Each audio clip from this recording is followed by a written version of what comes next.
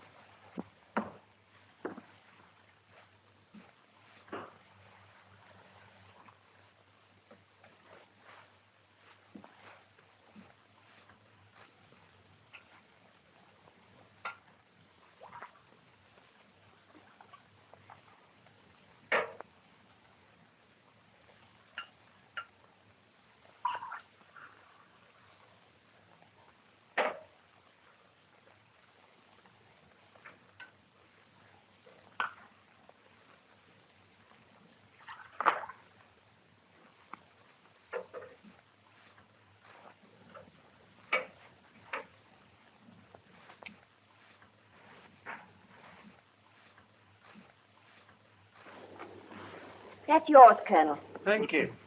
Mr. Fisher, another whiskey. Thank you. You can get me one, Kathleen. Then come and sit by me to change my luck. Oh, stop talking. I'm trying to play this hand. The sort of hands you hold play themselves.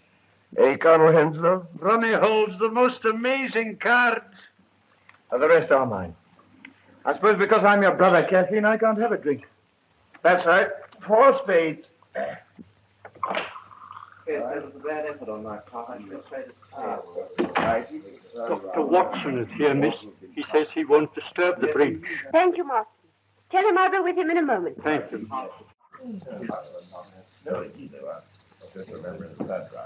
The king is he? But Yes, dummy, of course, you had the opportunity of coming into that. Well, now, what about Olive? 4 in one hand and 1 in the dummy at 81. Excuse me, sir. This was on the floor. Thanks.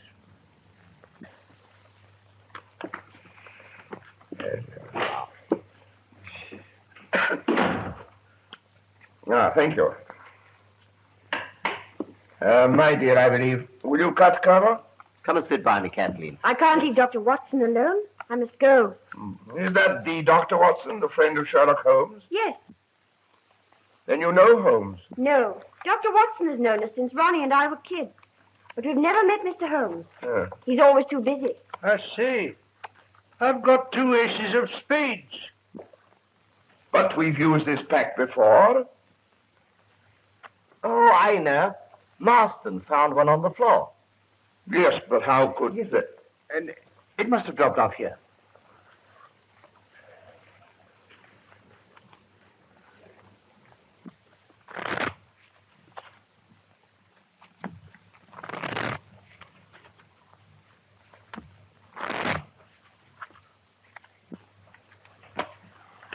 Your cut, please, Colonel. Cut for me, Ronnie. Well, Oh, don't go, Kathleen. I'll come and say good night to you all before I go to bed. I expect you'll all be at it till 3. No, don't get up. I hope you all win.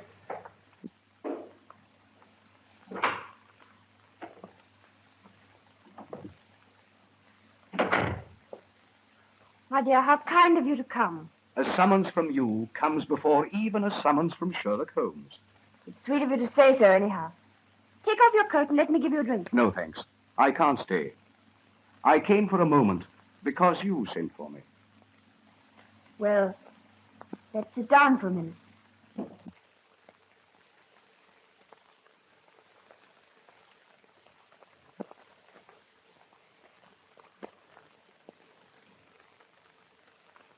Has Ronnie got another bilious attack? No. It's nothing, really. I'm a bit worried. Kathleen, dear, won't you confide in me? It's about Ronnie. This gambling. You know, 6 months ago, we hadn't a shilling. You mean when your trustee absconded and shot himself? Yes. We were going to leave here. Ronnie was going to give up the diplomatic service. And then he began to play bridge for high stakes. But I always understood he was an exceedingly fine player. He is. But you can't always win. What do you mean? Always. Sometimes it's £20, sometimes 500. But he never loses. It looks as if... Oh, I can't say it. It's impossible. Ronnie isn't capable of such a thing. But I would like to be sure. How can one make sure? Well, I really don't know. I'll ask Holmes. Oh, no. He might arrest Ronnie. Oh, of course he wouldn't. But he might frighten him into giving up cards. I never thought of that. Yes. Do ask him to do something. I'll come round and see him in the morning, may I? Well, I don't know. Yes, I may. You'll make him see me, won't you? He thinks an awful lot of you. Well, I don't think I need waste time. It's a grand slam. I make 7 spades, 3 diamonds, 2 hearts, and the ace of clubs. That's right. Another big rubber. Well, that just about cleans me up. I make the difference. 1,600 points. You add up very quickly. Quite a mathematician, eh? How much is that? 160 pounds. Well, I've lost both rubbers, and so I owe you 255 pounds. But we settle up at the end. This is the end. My wife is not very well, and I promised to go home early. Well, if you must, you must. Yes, I'm sorry to spoil your evening, but perhaps you can get Miss Adair to make up a for. Kathleen plays a game that resembles hockey more than bridge. Still, if you're determined, we'll see you Monday. I'm afraid I shan't be able. I have to go out of town on important business, and I don't know when I shall be back. Then it's no use trying to fix another evening. I'm afraid not. Let me know when you're back. Good night. And thanks very much. I didn't know Sir Timothy played bridge. Sir Timothy? Yes. Timothy Frobisher. He's the 4th. You know, one can't work long with Sherlock Holmes without picking up some of his tricks of observation and deduction. What makes you think he's Well, here? his initials. T.F. Timothy Frobisher. Elementary, my dear Kathleen, elementary. And then there are further indications. The owner of this hat is immensely tall. You see, he's bruised the top edge here, probably going through a door. Excuse me, may I have my hat? Yours? Certainly. My initials are inside. T.F. Thomas Fisher. Oh, I beg your pardon. You're not going? Yes, my wife is not very well, and I promised to get home early. Oh, I am sorry. I think I'll go too.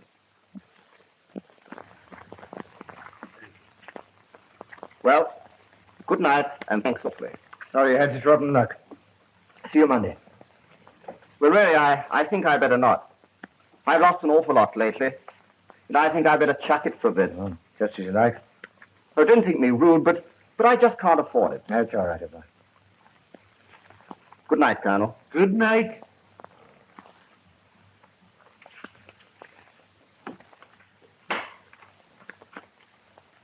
Well, have you to have a sick wife and a business appointment? No, a whiskey and soda. I'm sorry. Still, it is rather rotten. I don't see why.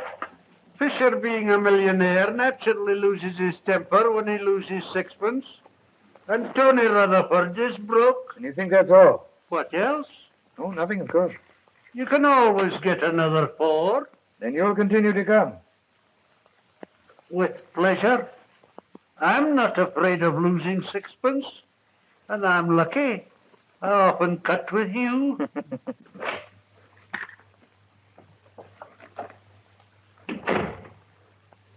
What's the matter with you all, stopping so early? Well, Fisher had to go. And for once in my life, I'm going to have an early night. Then I'll see you out. Good night, Ronnie. Good night, Colonel.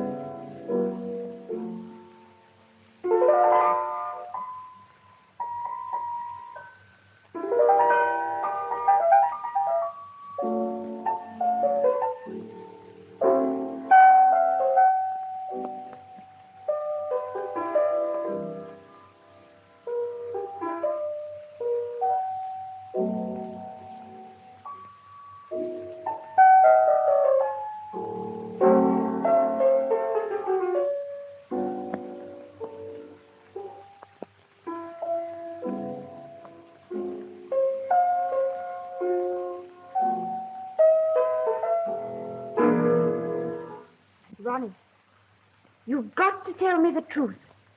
The truth? What do you mean? I've got to find out the truth. Terribly difficult thing, darling. Ronnie, stop. Kindly explain this ace of spades. Explain this. You know exactly what I mean. When Marston picked it up, you said it belonged to that pack. It doesn't, and you know it. Well, it must belong to some other pack. A hidden duplicate pack. What the devil do you mean? How dare you suggest that God knows I don't want to suggest it. But we were ruined. Then you started playing bridge for high stakes. Look here, Kathleen. We've always been the best of pals.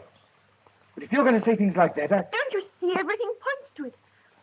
Oh, I don't believe it. I won't believe it. If I did, I'd rather put a bullet through your head than own a brotherhood. Yes, Marston? Excuse me, sir. A note from the Foreign Office. Thanks. Who brought it? The Commissioner, sir. Is he there? No, sir. He said there would be no answer. Thanks. Shall you want anything else, sir? Not tonight, Marston. I shall want breakfast a bit earlier. The foreign sending craft me at 9:30. Very good, sir. Good night, please. Good night, Marston. Good night, sir. Good night. Anything serious? Well, if you must know, they want me to go and see some German fellow in Hampstead who'll tell me some official secret which was probably published in last night's paper. Don't go, Ronnie. I've got to have this out with you. I can't believe. Ronnie.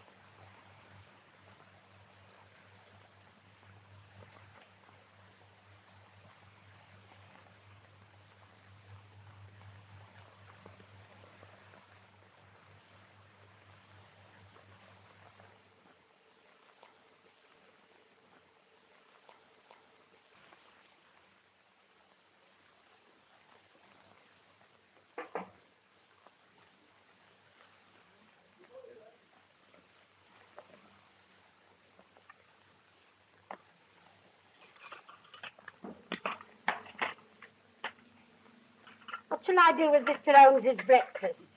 Isn't he up yet? Ain't no sign of him. Hasn't even took in his shaving water. I do wish he'd be a bit more regular in his habits. Meals at all times of the day does turn a house upside down. But you know, Mrs. Hudson, you always insist on keeping his meals for him. He never asked. Yes, but the poor man must eat sometimes. If I didn't see that he had a bite now and again, it'd have been in his grave years ago. I should go and bang on his door. Yes, sir. But sometimes when he's thinking out his problems, he's that cross when he's disturbed. He won't be this morning. He's rather good-tempered. And he doesn't want any breakfast.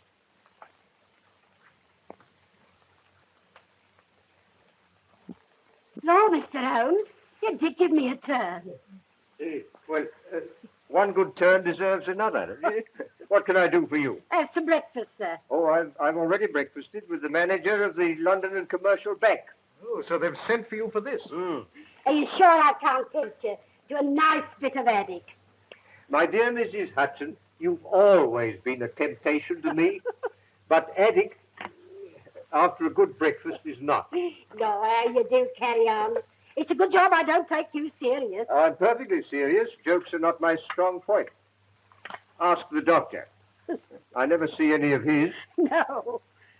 I've been wondering, my dear Watson, why you don't get the batteries of your car recharged. What do you mean? Well, you had great difficulty in getting your car to start last night. The batteries are run down. They are, but how did you know? You've a blister at the base of your fingers on the right hand. As you've not been sculling on the Serpentine this morning, I deduced that you've been cranking your car. That's rather wonderful. That's elementary, my dear Watson. Elementary. Let me give you a hand. Thanks, sir. Can you lift that? Yes. And the cloth on the top, I Yes, suppose. please. There you are. Thank you. You sure there's nothing else I can do for you? No, nothing, thank you. Oh, wait a minute. Let me give you a hand.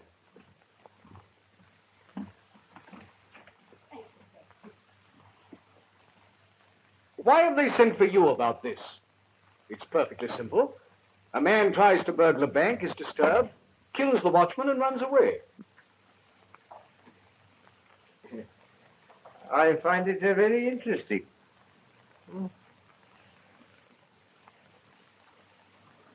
Have you ever heard of Professor Robert Moriarty? No. What's he got to do with it? Oh, he's to do with half the crimes the world over. He started as a mathematical professor, but ugly rumors gathered round him, and he resigned. So after that, he vanished for 10 years or so. I fancy he went abroad. Then he returned to England, and things began to happen. What thing? For a long time, I've been conscious of some power, a deep organization which stands in the way of the law. Once he made a slip, and I was able to deduce that behind that power was Moriarty. But he recovered himself, and I could prove nothing. He has hundreds of agents, none of whom have ever seen him. Sometimes an agent is caught. But the man who plans most of the crimes that are committed is never caught, never even suspected. He knows that I know of his activities. He also knows that up to now, I've been unable to reach him. And you think he's connected with this bank murder? I think it highly probable. Yes? Yes, come in. Inspector Lestrade to see Oh, you, sir. Lestrade. Anything fresh?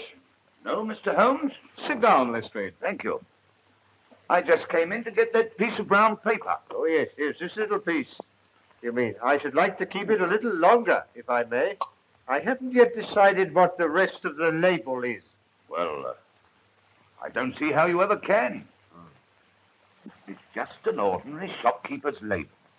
There's not enough of it to tell us anything. Well, I disagree, my dear Lestrade. But then, you and I so often disagree. Oh, come, Mr. Holmes. I've a great respect for your theories. It's only when you begin about this Professor Moriarty. Yeah, you don't believe in him. I ask you, is it possible for a man to plan half the crime in this country without the Yard knowing who he is, where he lives, or anything about it? It does seem rather strange. I mean, the man can't live nowhere, never be seen by anyone. Of course. Well, lots of people know him, but they don't know that he's Moriarty. You yourself may know him. Jokes are not your strong point, Holmes. No, I'm perfectly serious. He has 100 disguises and 100 aliases. And I'm pretty certain he had a hand in this bank robbery. But it wasn't a robbery. The thief got nothing. He broke into the bank and... Have you ever tried to break into a bank, Lestrade? Me? No, I thought not. But do you seriously think it's possible for one man to break into a bank without using anything short of dynamite? There were no signs of a forced entry. Which might point to the fact of his having an accomplice. Or even two. He got inside. Which doesn't necessarily mean you're Professor. The man was interrupted by the watchman, killed him, got frightened, and bolted. And yet, inside the safe, we found this piece of brown paper. 3 people swear it was not there when the safe was shut last night. Then he was inside when he was disturbed. Or before he went inside. He had this paper wrapped round something. You'll observe that this end here is slightly torn and there is a blood stain on it. I therefore deduce that the struggle with the watchman took place first, and he then took his parcel into the safe. Oh, it won't work, Mr. Holmes. It won't work. There was £70,000 of note in the vault. Not one of them is missing. How true. How true.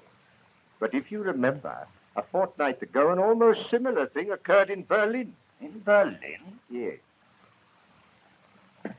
You should read your Berliner Tageblatt, my dear Lestrade. The strong room of the Reichsbank was entered. The watchman was laid out, happily not killed, and nothing was removed. Very strange, Mr. Holmes. Very strange indeed. It looks almost as if there was a connection.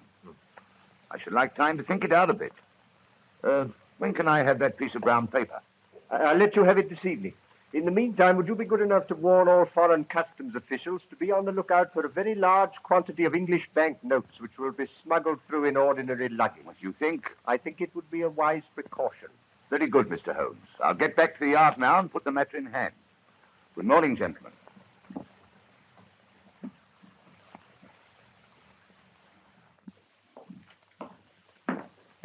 The chief has arrived, sir. Oh? What are his orders? He will interview Mr. Adair himself. Right. Send Mr. Adair in.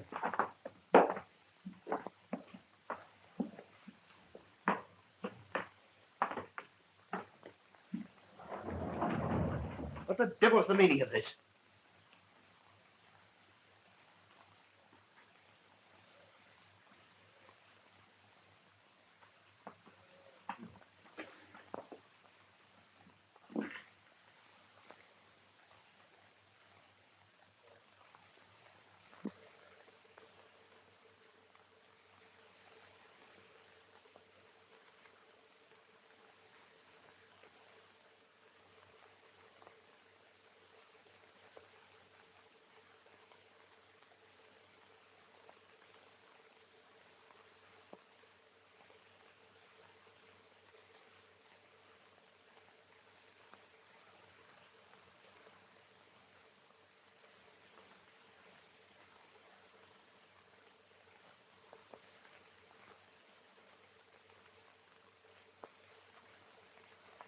Adair.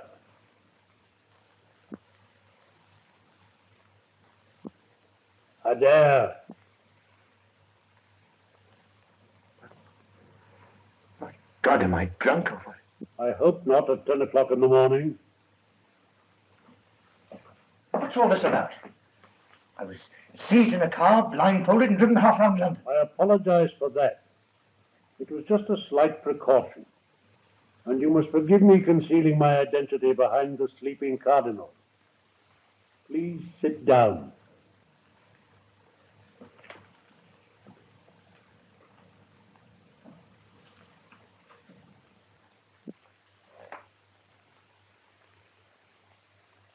Are you Mr. Clink? Mr. Otto Clink? No. Poor Otto Clank must have been dead a good many years. What the devil's the meaning of this? Only that I have a slight favor to ask of you, Mr. Adair. Favor? Who are you, anyway? I understand that you are leaving on the Golden Arrow at 11 o'clock tomorrow for Paris. And if I am? You are going on Foreign Office business, and you will have a laissez-passer, which means that your luggage will not be examined by the customs. I want you to take a suitcase to Paris for me. I'll do nothing of the kind. Why should I? Because you can't help yourself. Don't be ridiculous. Sit down, Adair. You go to hell. Sit down. You have been cheating at cards. What? I repeat, you have been cheating at cards. I should have warned you that this picture is painted on steel. Sit down. All your life you have been interested in sleight of hand. Your trick of palming a whole pack of cards has been very useful to you since your trustee absconded and left you and your sister penniless. It's a lie. You have taken to playing bridge for very high stakes. When you deal, you simply change the pack after it has been cut to you. You have a carefully prepared pack in the palm of your hand. You do the same when you cut a pack to your opponent. Now, this procedure, if publicly known, is not likely to lead to an advancement either social or diplomatic. In fact, it means the end of you. Who's been telling you this ridiculous story? Last night you made a slip. You dropped the ace of spades. Now I think I can count on your doing me this very slight service. Go on. A suitcase bearing your initials will be delivered at your flat at 9:30 this evening. You will pass it through the customs with your other luggage. I understand you have engaged a room at the Bristol in Paris. You will take your luggage there, and by 10 o'clock tomorrow night, the suitcase will have vanished from your room. You will make no comment. What's in this precious suitcase? That does not concern you. Yes, but it might be anything. Stolen jewels, bombs, heaven knows what. No, I'll be damned if I'll be made use of in this way. I feel sure that you will change your mind. In the event of your not doing so, you will find the only alternative in the box on the table. What do you mean?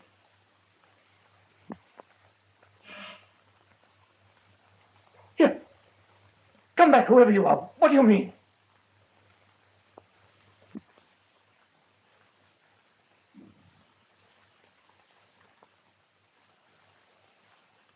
The only alternative. Oh, my God.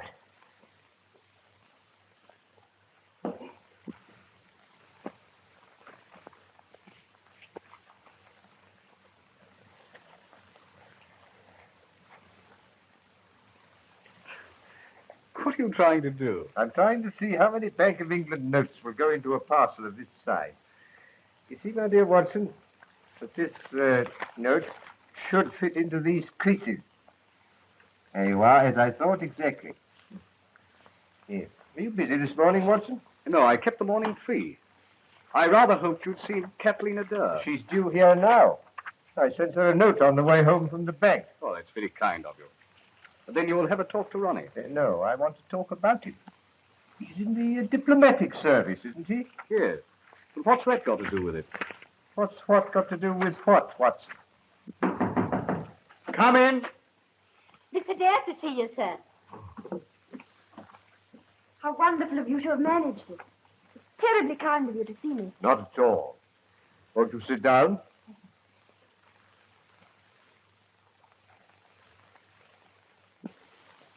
Watson's told me how worried you are about your brother, but I don't quite see what I can do.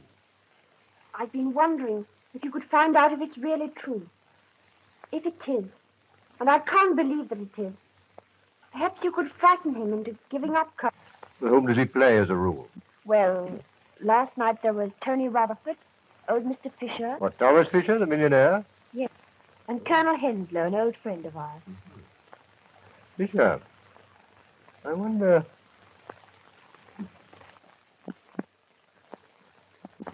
Forgive me, Miss Adair, but does your brother travel at all on official business? Quite a lot. In fact, he's off to Paris tomorrow. Ah, I thought so. How long has he known that he would be going tomorrow? 3 or 4 days, I think. Where is your brother at the moment? I don't know. At the Foreign Office by now, I should think. He went out early this morning. They sent a car for him. Oh, do you happen to know where he had to go? I think he said Hampstead. I know it wasn't far. He should be back at the office by now. Yes. Yes. They think a great deal of your brother at the Foreign Office. They used to. But lately he's been playing so much bridge. I'm afraid he's been neglecting his work. Yes, that's a pity. Yes. I wonder if you'd be good enough to ask your brother to come and see me this afternoon. Of course. I'll go round to the Foreign Office now. I might just catch him. Why not telephone? He hates being rung up there, and I couldn't explain on the telephone.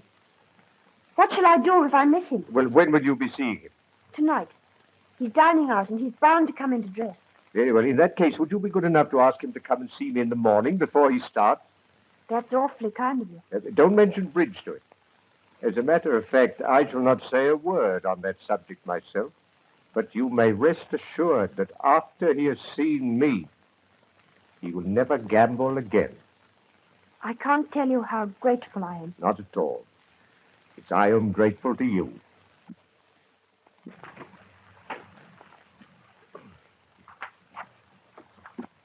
Goodbye. Watson? Yes?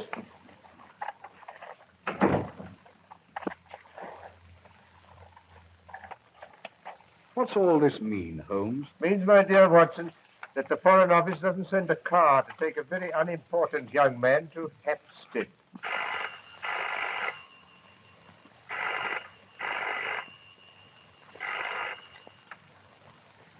Hello? Hello? Yes, speaking. Who's that? Mrs. Smith. I seem to know that name. Mrs. Annie Smith. Oh, Mrs. Tallboys put you on to me. I don't think I know a Mrs. Tallboys. Huh? No, you're quite right. It doesn't matter. Oh, you think it's appendicitis? Oh, what's the address? Would you mind taking this down, Holmes? 1006 Pentonville Road. Yes. Yes, I'll come at once. I'll take a taxi. Goodbye. Here's the address. I've added a note which I want you to read when you've found the taxi. What's it about? You read it when you've found the taxi. I hope your friend, Mrs. Tallboy's friend, is not as bad as she thinks.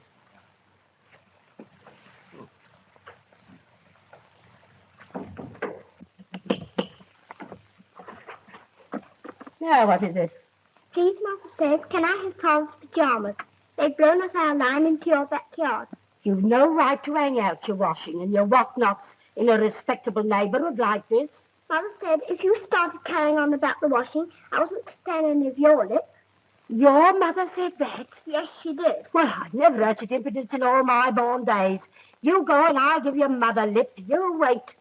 Mother said I was to take back the pajamas and not to talk to you. She doesn't think you're respectable. What's that? She says it's disgraceful, a widow living in a house full of nothing but men. Oh, you wait a minute. I'll give her respectable. Go on up it. Go on up, you go. Oh, my word, respectable.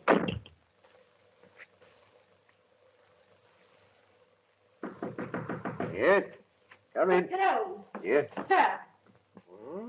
I'm just going to skip round to that Mrs. Freeman.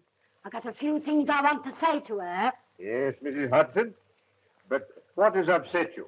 Well, she just told me. She sent her daddies round to say that I want to mean myself for saying what she did say. But I want you to know I shall be out 20 minutes. Well, I wouldn't be too violent if I were you, Mrs. Hudson. Violent? Indeed, I'll set about her good and proper. Indeed, I would, if it wasn't for my chronic adzeritis.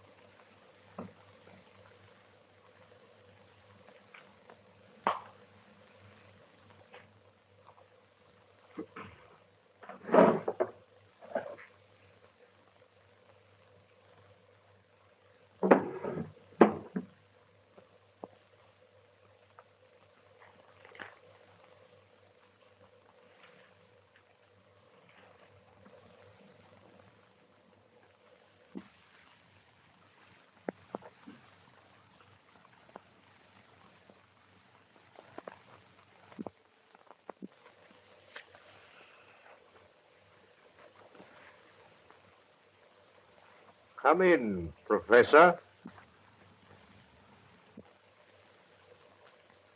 You think you know me, Mr. Holmes?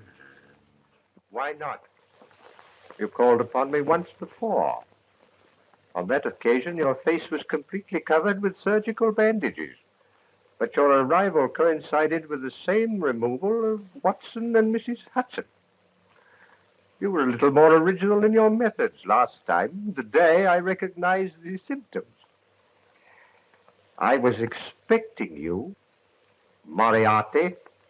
How clever of you, Holmes. Won't you take off your scarf, Professor? Yes, perhaps you're right. This room is rather draughty. Shall we sit down? I'm afraid my method of getting rid of Watson and Mrs. Hudson was a trifle crude. But I had a sudden impulse, and anyhow it served its purpose. Except that our interview will be a brief one. Watson will have read my note in the taxi, telling him to ignore the call and come back here in 5 minutes. In that case, I will be brief. On the 4th of May, 1928, you crossed my path. A dangerous thing to do, Holmes. 8 months later, to be exact, the 20th of January, 1929, you incommoded me seriously. Yes, you made a bad slip in 1929, didn't you? Nearly had you, Professor. And now I find you so constantly in my way that it would be better for me if you were removed. Perhaps what I have to say has already crossed your mind. Possibly my answer may have crossed yours. You stand fast? Absolutely. A great pity, Holmes. I have a great respect for your mentality. A great pity. You are getting in the way of a great organization, the full extent of which even you, with all your cleverness, cannot realize. You wish to put me in the dock. You never will. If you destroy me, rest assured I shall do as much for you. That's very interesting, Professor, but your 5 minutes are up. I fancy I hear the arrival of Watson. May I offer you a piece of advice? Never give way to sudden impulses. They're even more dangerous to you than I am. I read your note, Holmes. I beg your pardon. Did you come to see me? Your friend is in great danger.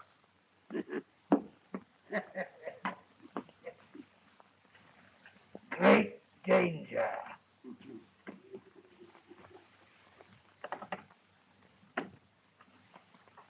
What's the matter with him? It is the draft, Watson. He's feeling the draft very badly at this moment. But who was it? Well, that was Mrs. Smith of 1006 Pentonville. Mrs.? Or shall we say, Professor. Oh, the mythical Moriarty.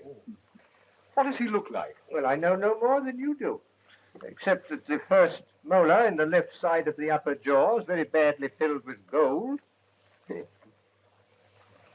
Have you a mathematical mind, Watson? I think so, fairly. Ah. Well, never give way to sudden impulses. They're not good for mathematicians. Moriarty has made the worst slip he's made since January 1929. You mean you think you found out how to get him? No. No, I found out where he gets his boots. I wish you'd be serious. The professor's boots are made by Mr. J.J. Godfrey, bootmaker. Yes, here we are. 502 Pont Street, Southwest 1. Godfrey, Pont Street? Yes. But that's where I have mine made. You do surprise me. But Godfrey's a perfectly respectable tradesman with a high-class clientele. Well, obviously. Obviously, you and Moriarty. You share a bootmaker with the professor. And for all I know, he may be a great friend of yours. Oh, really?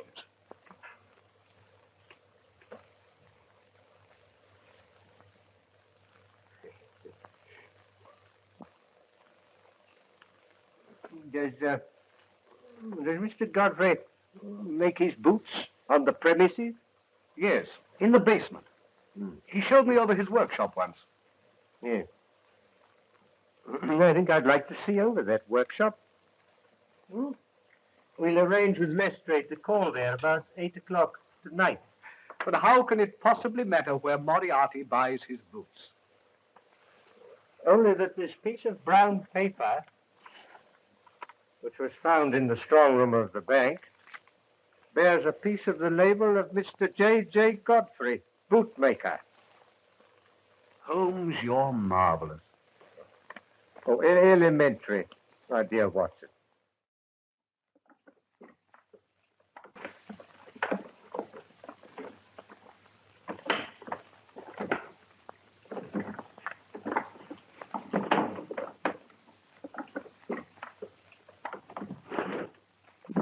Well, that's that.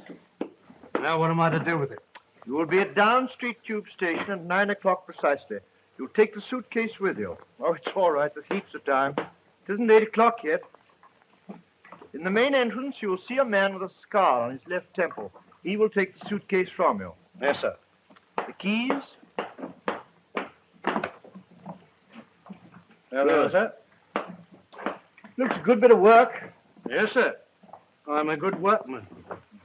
Moran, Well, the chief's here. I have just been informed that Inspector Lestrade has left Scotland Yard in a powerful car with police constables number 47, 54, and 83, all of the C Division. They will doubtless call for Sherlock Holmes and that great detective, Dr. Watson. Don't attempt to hide the suitcase. It would look suspicious. And see that everything is tidy.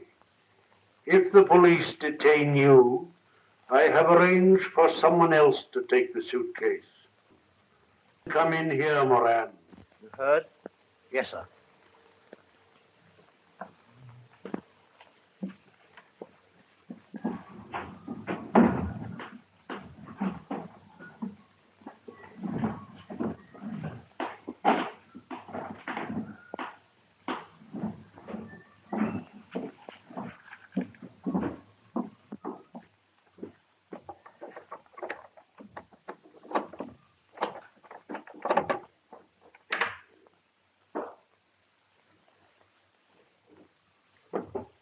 Put this right, Godfrey, will you?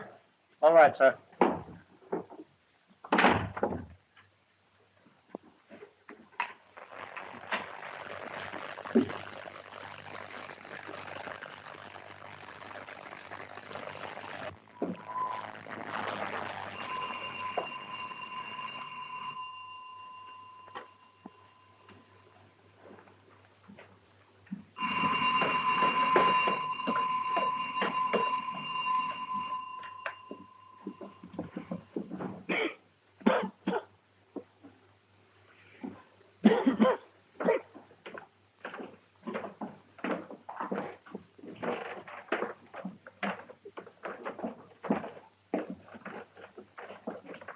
Which of you is Mr. Godfrey?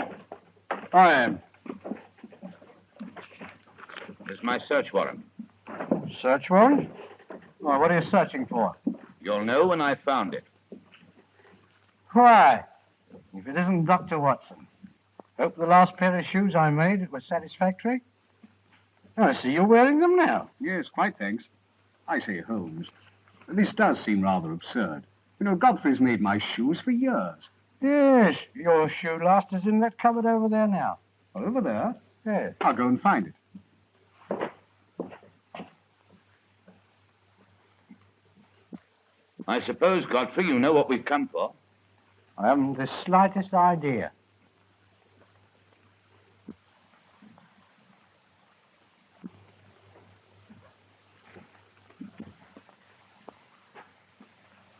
Hello.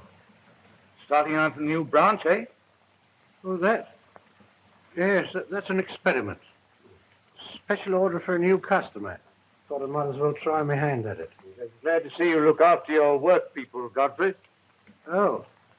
Well, we've only got 3 of them. There's Roberts and Williams and his brother here. Yeah. Well, you look after them. The place is properly ventilated. Ventilated? Oh, that. Yes, sir. Yeah.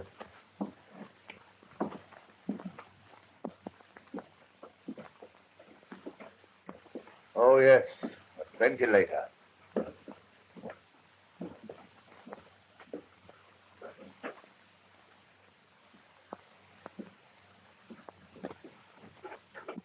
Where's that door lead? To the area. But as you can see, it hasn't been opened for years. Well, I should like you to open it. Heaven only knows where the key is. That door hasn't been opened since I don't know when. Oh. Godfrey, this is a curious looking... What do you use for? It's used for special work. Oh.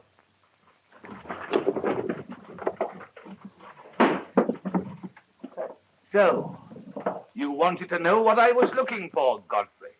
Well, you know now. I was looking for a press that made perfect Bank of England notes. Take them all away.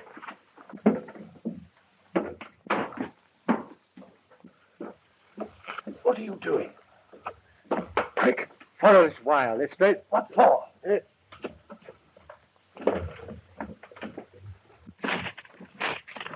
Go on, quickly, straight. Help me get this door down. What?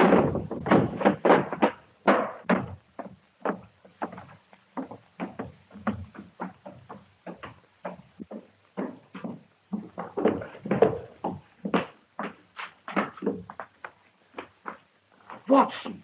Damn.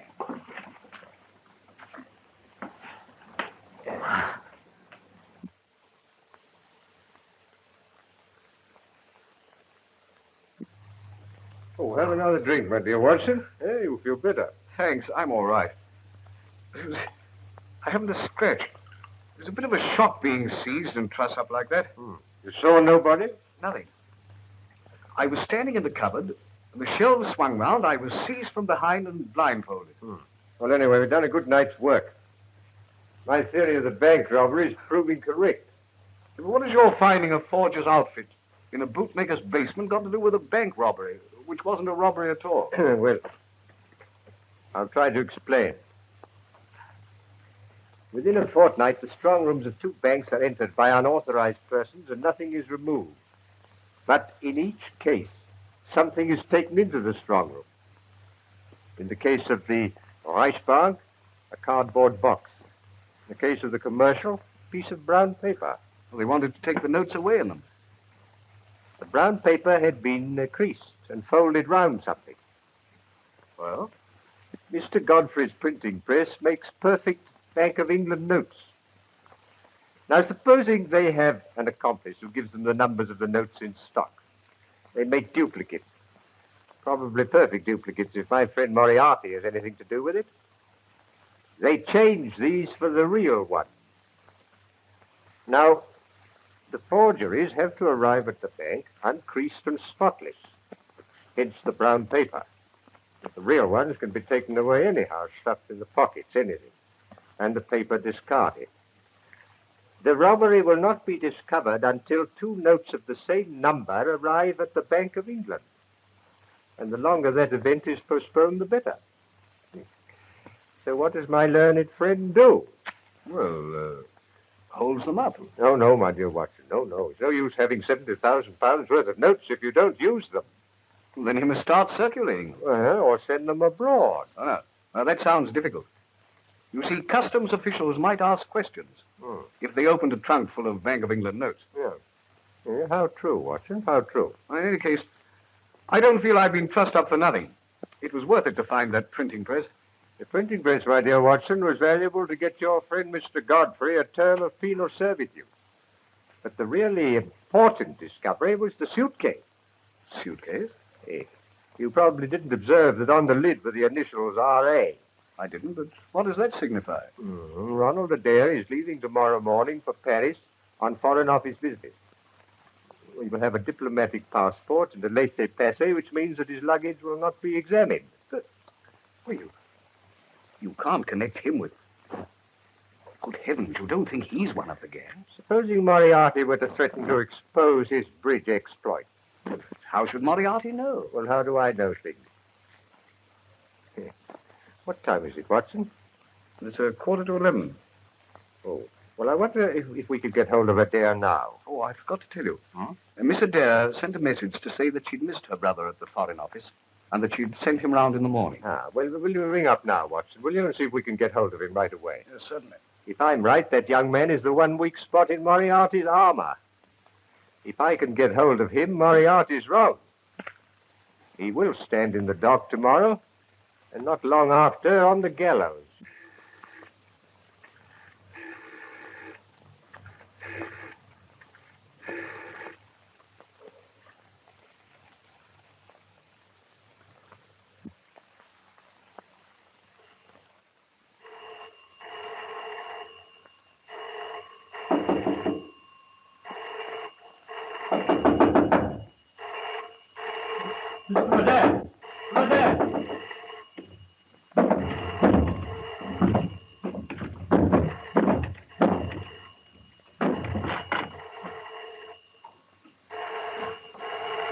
Mr. Adair? Mr. Adair!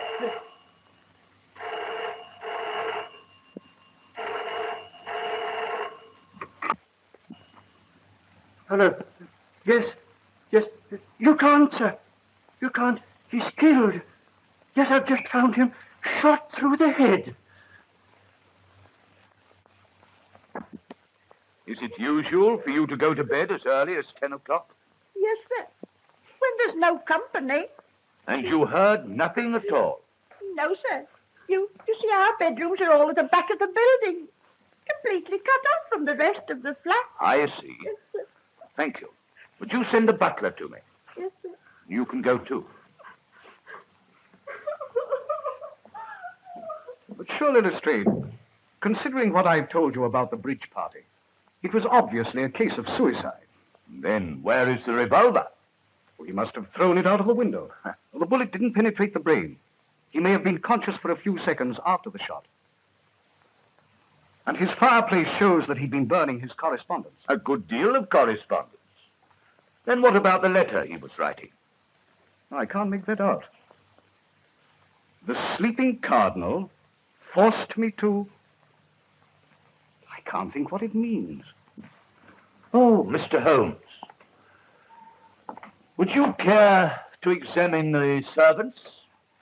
The cook and the housemaid neither saw nor heard anything. No, Lestrade. No. You carry on. No, I'll just amuse myself. We found this on the table in front of him. The sleeping cardinal. The sleeping cardinal, now. Where have I heard that name before?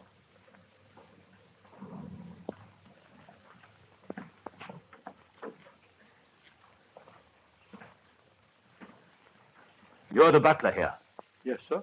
Have you been with the family long? 3 years, sir. Then you know their ways. Did anything unusual occur here this evening?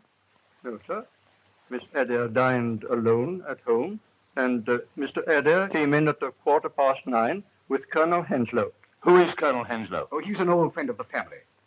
He knew Ronnie Adair's father in India. Sir Henry Adair was Governor General of Bengal, you know. They used to hunt tigers together. Did you gather at all what they were talking about when they came in? Well, sir, Mr. Adair was saying, "And you think Fisher means trouble?" Huh? That was all I heard, sir. How long was the Colonel here? Barely half an hour, sir. Was Miss Adair with him? No, sir. She was in her room. Was anyone else in the flat? No, sir.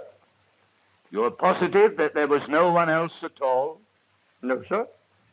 Oh, a man came about 9:30 with a new suitcase that Mr. Adair had ordered. What kind of a man? I didn't notice him particularly, sir. He wasn't actually inside the flat. He just handed me the case and I signed for it. Where did the case come from? I really didn't notice, sir. I just told Mr. Adair it was here, and he told me to put it with the other luggage in his bedroom. Oh. Which one? That's the odd thing, sir. It isn't here. And I can't find it anywhere, though I've searched the flat. It was quite an ordinary sort of case. Can't think where it could get hidden. But it must be somewhere. Unless Mr. Adair took it out. He didn't go out, sir. He went straight to his room after the colonel had left. Why didn't Miss Adair come and see the colonel? Wasn't she friendly with him? Oh, yes, sir. She was quite friendly with him. Wasn't she friendly with her brother? They were devoted to each other. They was, sir. But there was a bit of a shindy last night, sir. Well, she never mentioned anything about it to me. No, sir. It was after you and the other gentleman had left. I can't think it was a serious quarrel. I beg pardon, sir. It was. I brought in a note for Mr. Adair, and I don't think they heard me come in. What were they saying? Well, sir, Miss Adair was very excited, and she said, "I'd rather put a bullet through your head than own a brother who..." And then she saw me and stopped. Directly afterwards, Mr. Adair left the room. And tonight, how did you know he'd been killed?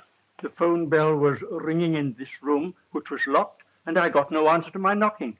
What did you do? I broke down the door. And then I found Mr. Adair in that chair, lying across the table, dead, and the window open. How long had he been in his room? About half an hour, sir. And you heard nothing? Not a sound, sir. And I was in my pantry, which is on this side of the flat. Thank you, Master. Would you ask Mr. Adair to come here? Yes. I think if I were you, I should see Colonel Henslow first. I understand he's with Miss Adair. And after all, he was the last person to see Adair alive. Yes. Will you ask the Colonel to come here? Very good, sir.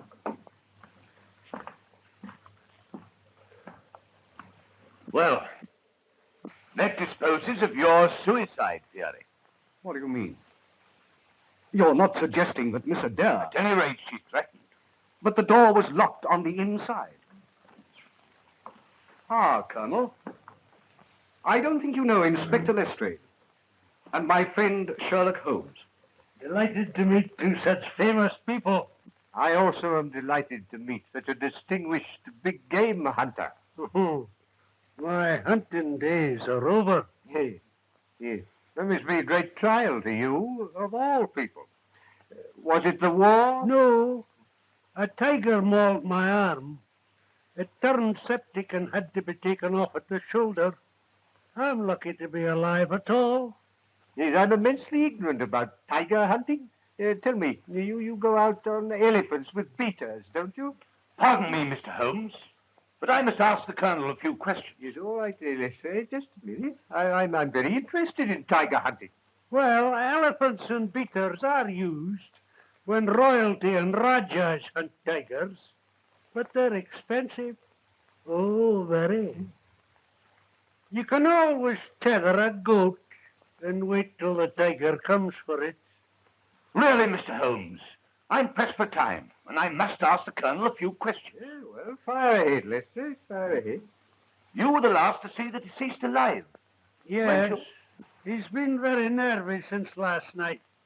He came round this evening and asked me to come back with him for a chat. I suppose you all know what's happened at the bridge party. Yes? One of the players looked like being unpleasant, and Adair wanted my advice. And what was your advice? To do nothing at all. Even if it were true, nobody could prove it. And he was less worried when you left? I think he was, a little. I understand a new suitcase was brought to the house last night. Were you there when it arrived? I believe so. I never saw it, but I heard Ronnie tell Marson to take it into his bedroom. What time did you leave? About 10:15. And within 3/4 of an hour, he was found dead. Surely it's obvious he shot himself. I disagree, my dear Watson. He was murdered. Of course. You don't really think so? Yes, my dear Colonel. I'm certain of it. And what is more, I'm sure you'll all be glad to hear that within 24 hours, I shall not only be in a position to prove it, but I shall have the murderer under lock and key. I'm delighted to hear it. Not that it can bring the poor lad back. You know, Ronnie, with all his faults, was extraordinarily lovable. I feel rather as if I had lost a son. Thank you, Colonel Henslow. I shan't need you any more. Would you mind asking Mr. Adair to come to me a moment? Certainly. Goodbye, Mr. Holmes. Goodbye, Colonel.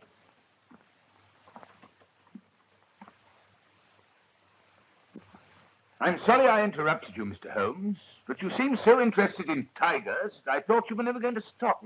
They interest me. The stark ferocity, the cold cruelty. Very human beings are like tigers, you know. Now I suppose you're back to your Moriarty theory. You're not going to try and tell me that this is his handiwork? Well, who knows? That man has become an obsession with him. He is. He is. Miss Adair, I want to offer you my very sincere sympathy. It was a ghastly shock to me. I can imagine what it must have been to you. I won't keep you a minute, Miss Adair. Won't you sit down?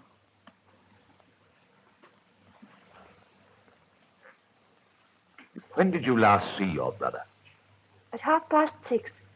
He came in to dress, and I came in here to give him a message. What was the message? I told him that Mr. Holmes wanted to see him before he went to Paris. You see, I'd asked Mr. Holmes to interview him. What did he say? He was upset. In fact, we had rather a quarrel about it. Another quarrel? You had one the night before. Yes, but this was not so serious.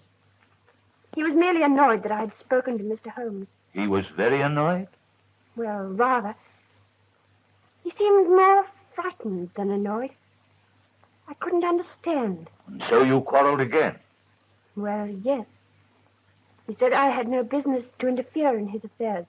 And did you again threaten to shoot him? Shoot him? What do you mean? The night before, your butler heard you threatening him. Oh, no. I never did anything of the kind. I shoot Ronnie. You said you would rather put a bullet through his head than own a brother who... Oh, that was only a figure of speech. I was accusing A him of most something. unfortunate figure of speech, considering that within 24 hours he was found with a bullet through his head. But you don't think that No, miss. But I must ask you to come along with me after I've finished my investigation. I say, Lestrade, this is grotesque. Holmes, listen. Here's Lestrade suggesting that Miss Adair... No, Dr. Watson, I didn't. All I want is her to come along and make a statement. I'm sure Miss Adair will be delighted to go with you, Lestrade. It is quite a warm night. Anything you say, of course. Thanks, miss. I shall be ready in a minute. Then I'll go and put on my things. If you have no more questions. No, nothing else, thanks.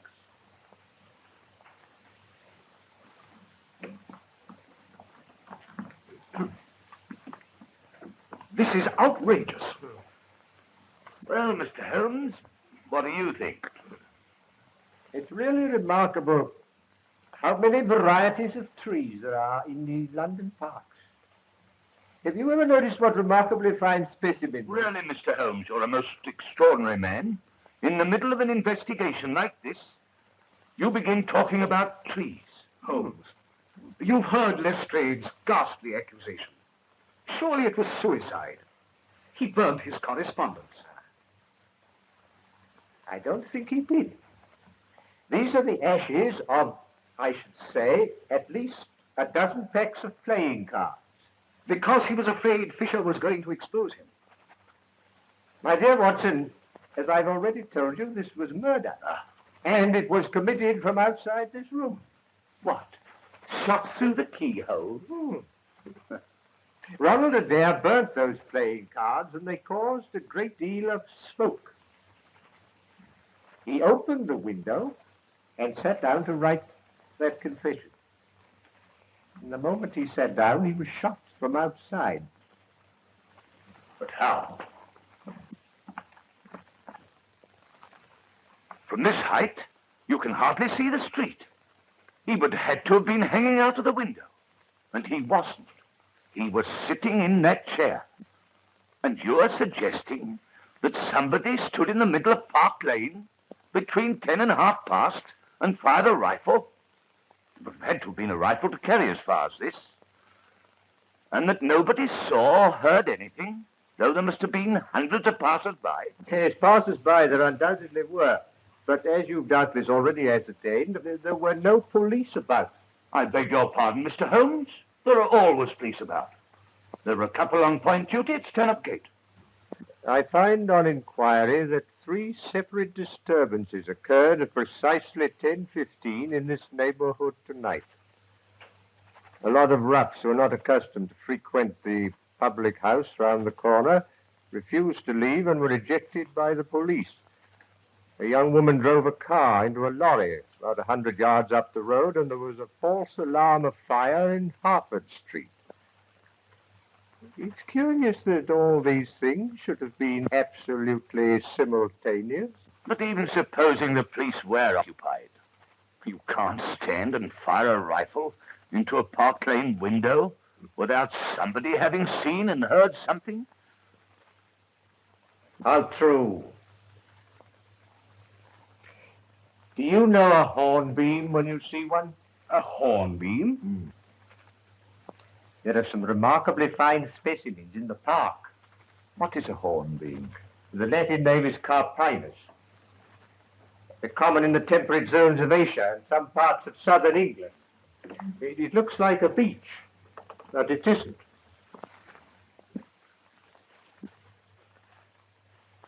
You know, Dr. Watson, in spite of the fact that I've known Holmes for some years, I sometimes wonder if he's all there.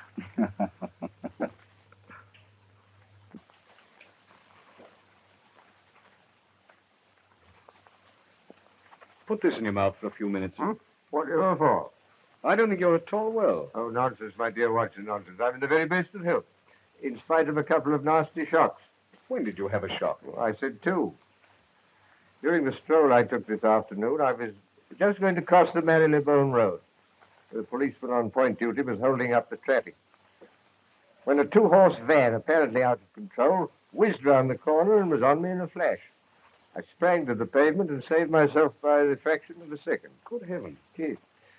10 minutes later, a brick fell from the roof of a house. It was shattered at my feet. They were repairing the roof at the time, but the police proved it was an accident. I know better. Oh, very nasty indeed. Oh. But these things happened this afternoon. I was worrying about you in the early hours of the morning. Mm-hmm. What did I do? Do? In the middle of a terribly serious conversation, you started talking about trees in the park and the difference between a hornbeam and a beech, altogether disconnected. And I thought a little delirious. Yes, I did ramble a bit, didn't I? And I'm sorry you made what Lestrade called a bombastic statement. That within 24 hours, 12 of which, by the way, have already gone, you would have the murderer.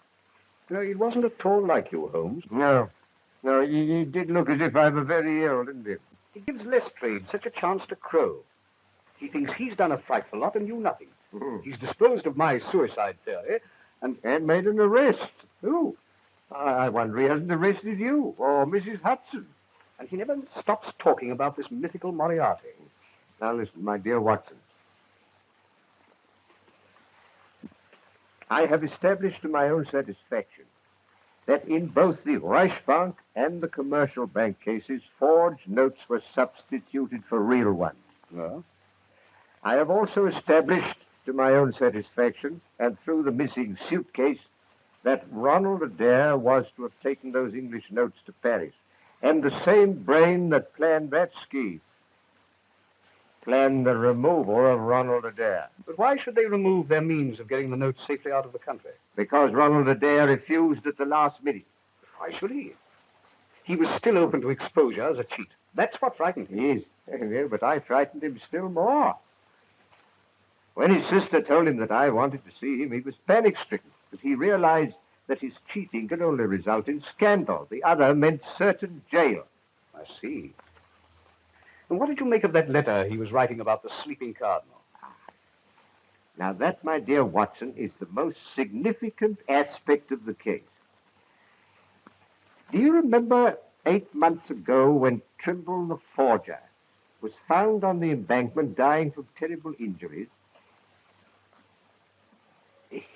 Yes? Yes?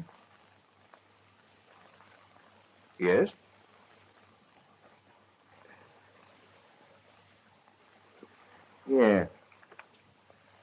Yes, now, we mustn't forget your appointment. Appointment? Yes, it's necessary for me to remain alone a little while. So you, my dear Watson, are going to Euston. Euston? Whatever for?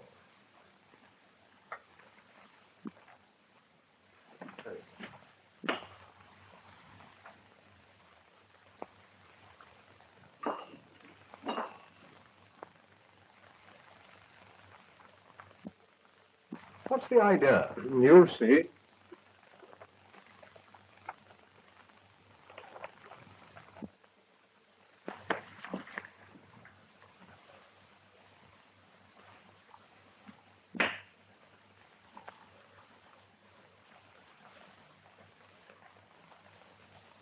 You're going to have a busy night. Now, I want you to put on your coat and hat, take a suitcase.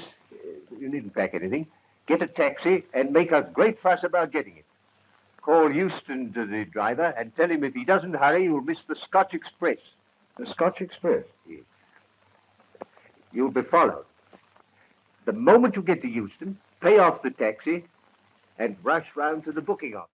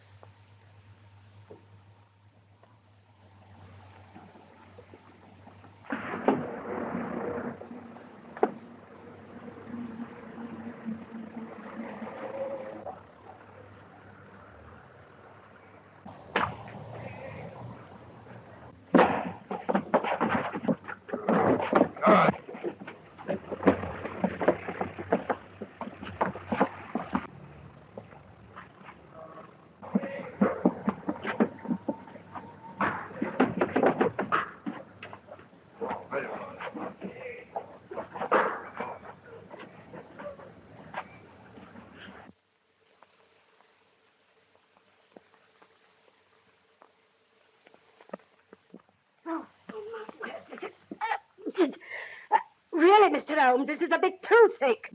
My apologies, Mrs. Hudson. Once again, you've proved yourself far above ordinary women. Well, Mr. Holmes, I did as you told me to. I moved the statue every few minutes when suddenly the whole blooming thing falls on top of me. But you've done very well, Mrs. Hudson. Very well. Lestrade, bring in the prisoner.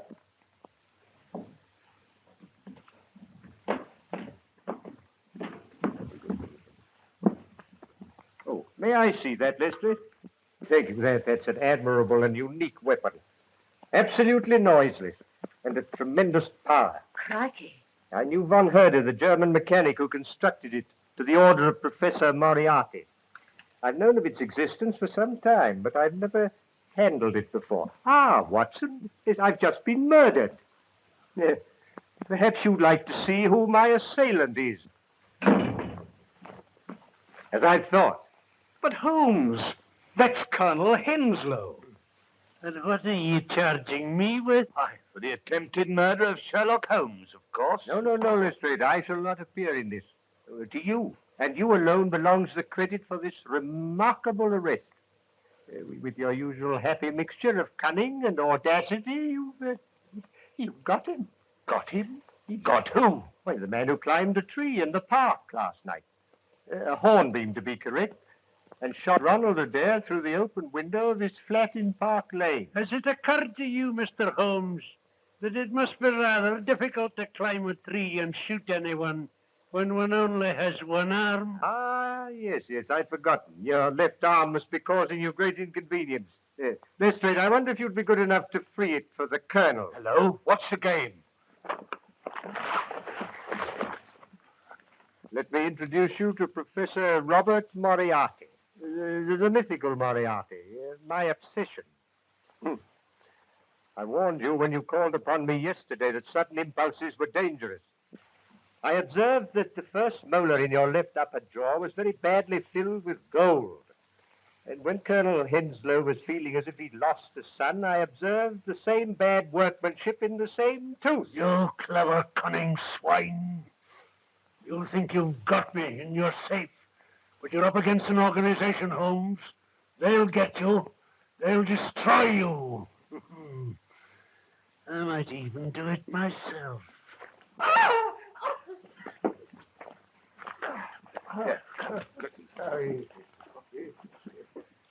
Take him to the station, Lestrade. Yes.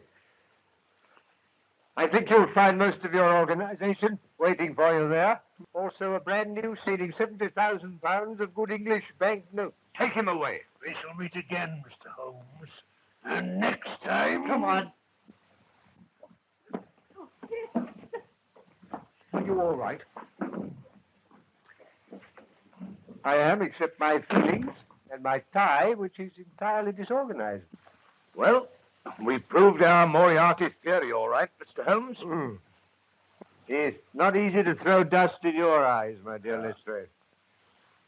Doesn't do to trifle with Scotland Yard. Quite true, Mr. Holmes. Quite true. Well, now, Watson, what about a drink? You'd like one, wouldn't you? Thanks. Lestrade?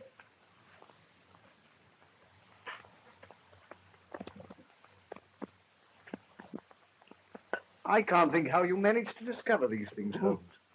I saw nothing that could have put you on the track of the murderer. On the contrary, my dear Watson, you've seen everything. Except the tree, which I told you about, but you were unable to make the necessary deductions. I knew about the existence of that air gun. I found evidence that a tree opposite the flat had been climbed. By issuing a threat in front of Colonel Henslow, I made certain that during the 24 hours he'd try to silence me as he'd silenced Adair. Hence your little trip to Euston, Watson, and my placing a bust of myself in the window, which Mrs. Hudson moved occasionally to make it appear lifelike. I knew that Moriarty couldn't resist such an opportunity. But what gave you the idea, Mr. Holmes? Colonel Henslow himself. Yes, in the conversation I had with him, the irrelevant one about tigers, Watson. You can always tether a goat as a bait and wait till the tiger comes. Of course. But what about the sleeping cardinal? Godfrey's made us take the sleeping cardinal. That's the painting in the room in which you were tied up, Watson, and through which Moriarty used to speak unseen by his dupes. I've only one regret, that the bust of myself by Angelo Palazzini has been irretrievably ruined.